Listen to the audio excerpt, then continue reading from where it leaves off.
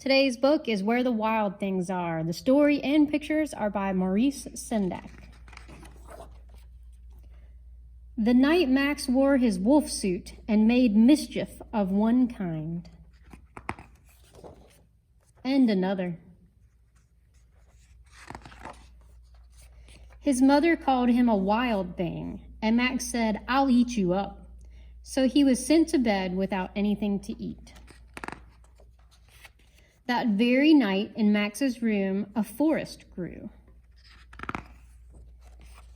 and grew and grew until his ceiling hung with vines and the walls became the world around. And an ocean tumbled by with a private boat for Max, and he sailed off through the night and day. And in and out of weeks, and almost over a year, to where the wild things are. And when he came to the place where the wild things are, and they roared their terrible roars and gnashed their terrible teeth, and rolled their terrible eyes and showed their terrible claws, till Max said, "Be still," and tamed them with the magic trick of staring into all their yellow eyes without blinking once, and they were frightened and called him the most wild thing of all, and made him the king of all wild things. "And now," cried Max, "let the wild rumpus start."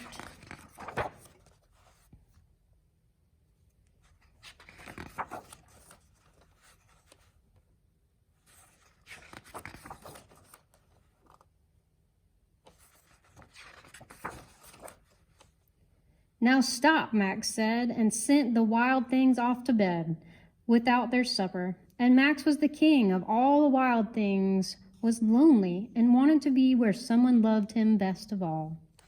Then all around, from far away across the world, he smelled good things to eat. So he gave up being king of where the wild things are. But the wild things cried, "Oh, please don't go. We'll eat you up. We love you so." And Max said, "No."